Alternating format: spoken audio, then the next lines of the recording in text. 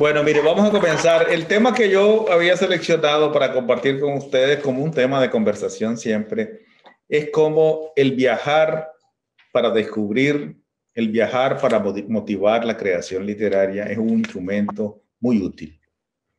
Si uno se encierra en sí mismo o uno se encierra en su espacio limitado, la posibilidad creativa se reduce. Si uno sale, y cuando me refiero de viajar, no solamente hablo de viajar en avión, hablo de viajar a la ciudad, viajar en las calles, viajar a otros pueblos, viajar a otras ciudades y a otros países si pueden hacerlo. De tal forma que cada viaje se puede convertir en realidad en una crónica de viajero, en una historia que contar. Y hay que viajar, yo diría, con tres actitudes básicas. La primera actitud es la actitud humilde, digamos, de estar abierto a la sorpresa, estar abierto a lo nuevo, estar abierto a sorprenderse. Cuando uno viaja con la idea de que no encuentro nada nuevo, no sirve nada, es un lugar horrible que no sirve para nada, etcétera, entonces simplemente no descubro, no le doy la posibilidad a ese recorrido, a ese viaje para redescubrir y para redescubrirme. Así es que la actitud debe ser una actitud abierta de lo nuevo, abierta para sorprenderse. Ese es un elemento importante. Lo segundo es decir, la actitud abierta a sorprenderme permite que entre la sorpresa. Y el otro criterio importante es que esa sorpresa puede ser procesada por nosotros. Es decir, me sorprendo, pero no me inmovilizo, lo proceso. Y en tercer lugar, eso que proceso soy capaz de trasladarlo a un texto. En un texto que lo escribo a mi manera, como todo en la vida, no a la manera de otro, sino a mi manera. Los libros que salen como consecuencia de los viajes se convierten en instrumentos de la historia de los distintos países, por ejemplo. Yo solamente quiero mencionar algunos títulos que quizás ustedes han leído y si no los han leído deberíamos leerlos. Pero, por ejemplo, la Odisea. La Odisea de Homero es una historia de viaje. Es una historia de viaje donde el autor, presuntamente Homero, este poeta griego, la introduce ficción, mitología y todo lo que ustedes quieran, pero en realidad es una historia de viaje. Otro libro que también es importante y además es fascinante y se han hecho muchas películas sobre él, es el libro de las maravillas del mundo de Marco Polo. Aquellos viajes a China, ustedes hay series de televisión y hay películas que hablan de las sorpresas que Marco Polo encontró en su viaje a China. Yo me pregunto, ¿qué hubiera pasado si Marco Polo no se hubiera detenido a escribir esas cosas que vio y que vivió? Simplemente se pierde esa posibilidad maravillosa de descubrir un mundo, porque estamos hablando en el año 1298, a fines del siglo XIII. Es decir, una época relativamente antigua para nosotros. Bueno, ese es un libro fascinante. Hay otro viaje que también es fascinante, que lo escribe un francés que se llama, el autor de Madame Bovary, Flaubert, El Nilo. Y es el viaje que hace Flaubert en el Nilo. Y el recorrido del Nilo descrito por este autor francés también es fascinante. Otro libro también, digamos, de viaje en los mares del sur, de Robert Stevenson. Y es su viaje por las islas del Pacífico, en Samoa en particular, en los años 1888-89. Y ese viaje exótico, él lo describe también en este libro fascinante que tiene. Y solo para mencionar otro libro, también un clásico y además un instrumento de estudio de la ciencia, escrito por Charles Darwin, Viaje de un naturalista alrededor del mundo, viaje de un naturalista alrededor del mundo, en los años 30 del siglo XIX. Es un libro de viajeros. Es decir, los viajeros van y descubren y son capaces de reflejar en sus textos estos descubrimientos.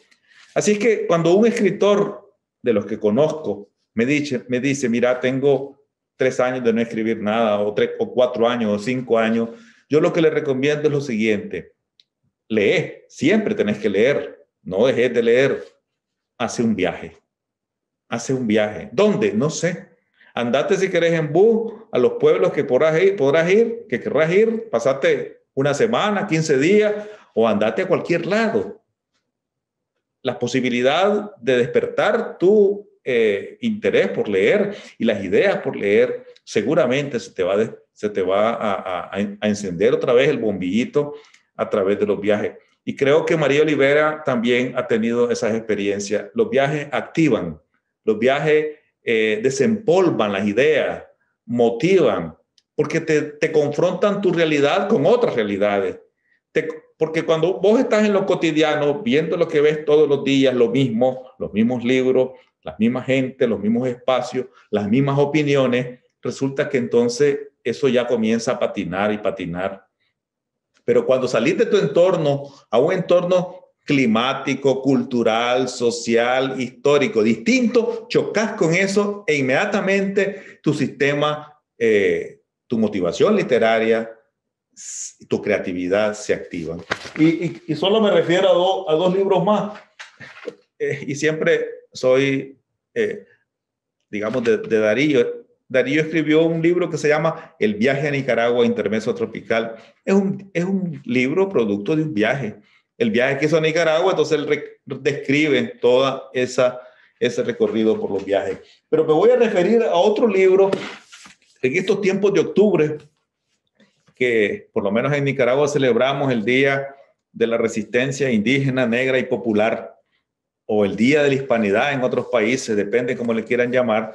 Bueno, hay pues esta es una edición pues que recoge, es una colección importante de historiadores nicaragüenses que recoge lo que llaman las crónicas de los viajeros, crónicas de viajeros, que son los que sustentan la historia. Es decir, esas personas que viajaron a Nicaragua, a Centroamérica, a América, aquella América incipiente del siglo XVI, escribieron crónicas, sus crónicas de viaje. Y no es necesariamente un relato en aquel momento hecho como una cronología histórica, sino que es un relato literario también, que presenta las cosas tal y como ellos las vieron, tal y como ellos las interpretaron. Y solo quiero referirme a una crónica de Fray Bartolomé de las Casas. Ustedes saben, Fray Bartolomé de las Casas, el gran defensor de los indios, un fraile dominico. Él escribe, tiene un texto que se llama Descripción del volcán Masaya de Nicaragua. Y él vino a Nicaragua, bueno, y pasó por todos estos países de Centroamérica, en México, etc. Y había hay un volcán en Nicaragua que tiene el cráter abierto y uno se puede asomar en el borde del cráter y puede ver la lava ardiente en el interior del cráter. Eso es un espectáculo actual, pero fue un espectáculo también para los conquistadores en el siglo XVI. Entonces, Fray Bartolomé de las Casas vino y estuvo y vio. Y escribe, y un párrafo cuenta lo siguiente. Ignorando, dice, las razones y causas naturales, arriba traídas, de cómo estos fuegos se engendran, todo el vulgo de los españoles que aquel volcán han visto, han tenido imaginación que aquí hay un metal y que aquí se sustenta aquel fuego y que sea plata u oro u otra cosa de gran valor, porque como dice San Ambrosio, el codicioso todo lo que ve y oye se le antoja en dinero. Bueno, ese cráter que estaba ahí, hay un conquistador que como era oro, bueno, bajaron y se murieron, se quemaron calcinados, porque pensaban que podían traer con unos recipientes esa lava ardiente, porque se veía amarilla, luminosa, brillante, y pensaban que era oro. Algunos se murieron. Por eso es que Fray Bartolomé dice que, bueno, dice que la ambición, pues, de la gente ahí. Pero las crónicas son una base fundamental de la historia. Yo mencioné ya a Darwin, mencioné a Marco Polo, mencioné a Homero. Bueno, entonces yo les digo a ustedes lo mismo. Si quieren despertar cosas, el viajar es importante. Y el mismo Darío decía, refiriéndose a esto que lo tomó Pablo Neruda, confieso que he vivido. En realidad esa frase es de Darío. Confieso que he vivido, he viajado, dice Darío. He viajado. Es decir, de tal forma que el viajar para Darío fue sinónimo de vivir. Y yo les aseguro que todos ustedes, todos nosotros hemos viajado. Aunque hay un autor muy interesante, Walt Whitman, que nunca viajó. Nunca salió de su territorio. No digamos de Estados Unidos como un país inmenso, grande, sino que de su región no salió nunca. Así es que él no necesitó viajar para crear una literatura sorprendente en la lengua inglesa.